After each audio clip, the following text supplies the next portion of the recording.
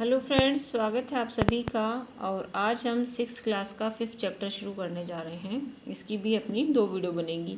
Chapter का नाम है हमारा मानचित्रों का अध्ययन। तो सबसे पहला है कि ग्लोब क्या है। तो ग्लोब पृथ्वी का छोटा प्रतिरूप है। मानचित्र के प्रकार देखो, मानचित्र कितने प्रकार के होते हैं? भौतिक, राजनीतिक, थीमेटिक।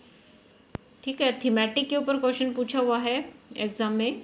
भौतिक मानचित्र कौन से होते हैं? पृथ्वी की प्राकृतिक आकृतियों जैसे पर्वतों, पठारों, मैदानों, नदियों, महासागरों आदि को दर्शाने वाले होते हैं भौतिक। फिर होते हैं राजनीतिक। राजनीतिक में क्या दिखाता है?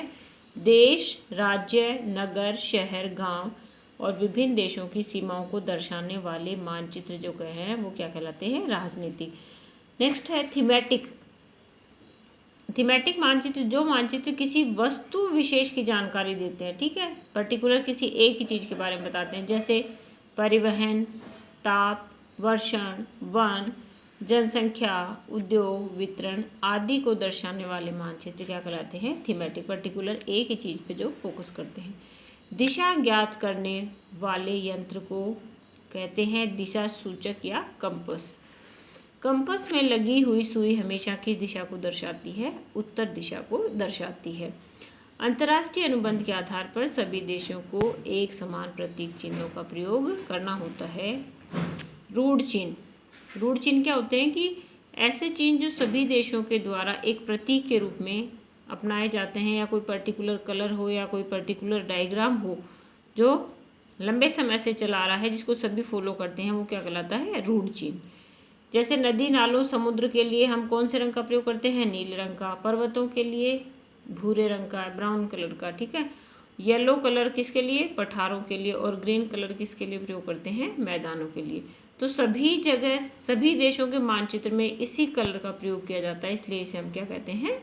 रूढ़ चिन्ह। फिर देखो रेखा चित्र में क्या होता है? रेखा चित्र में दूरियां व दिशाएं सही रूप से नहीं दर्शाई जाती हैं।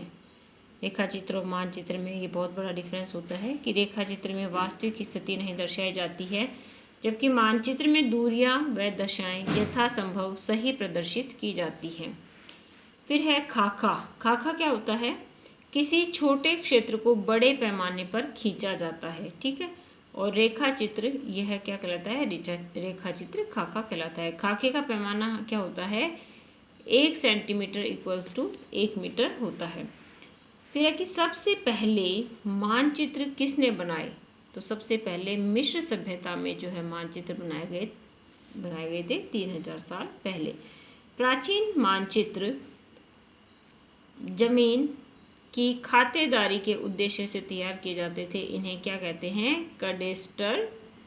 कडेस्ट्रल मानचित्र कहते हैं। कडेस्ट्रल मानचित्र किसके पास होते हैं? पटवारी के पास। पटवारी आप सभी जानते हो कि गांव में जो ज़मीन की नाप वगैरह करते हैं वो पटवारी होते हैं। और हमें भी कई बार अपने कोई भी ओबीसी वगैरह कोई मूल निवास कुछ बनाना पड़ता है, तो उसको कौन वेरीफाई करता है? पटवारी।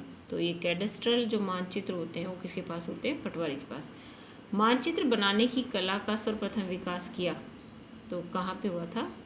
प्राचीन यूनान, ग्रीस के भूगोलवेत्ताओं ने। ईसा पूर्व 5वीं या 6ठी शताब्दी में मानचित्र तैयार हुआ। वो किसने किया था? हिकेटियस ने। इसका टाइम क्या था?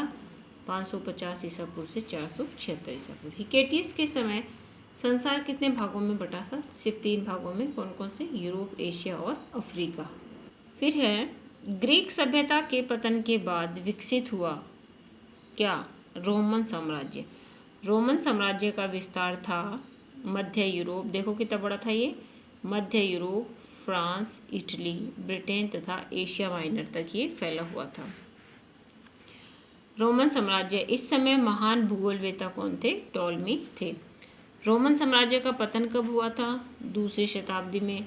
यूरोप का अंधकार युग चला 2री से 7वीं शताब्दी तक। मानचित्र कला का पुनः विकास हुआ 13वीं शताब्दी के बाद। यूरोप में समुद्री यात्राओं के लिए सही दिशाओं की आवश्यकता महसूस की गई और इसी समय पृथ्वी का जो है वो ग्लोब बनाया गया। यूरोप में प्रिंटिंग मशीन का आविष्कार हुआ किस शताब्दी में? 16वीं शताब्दी में। फिर देखते हैं मार्को पोलो। टाइम पीरियड क्या इनका? 1254 से 1324। अपनी यात्रा यूरोप के वेनिस शहर से शुरू कर थल मार्ग से तुर्की जेरूसलम होते हुए मंगोलिया पहुंचा था। और फिर 1292 में मार्को पोलो समुद्र के रास्ते से पूर्वी चीन से भारतीय पश्चिम तट होते हुए पर्शिया पहुंचा था। तो आज की वीडियो में इतना ही, और जो नेक्स्ट वीडियो उसमें अपना 5th चैप्टर कंप्लीट हो जाएगा। मेरी वीडियो देखने के लिए आप सभी का धन्यवाद।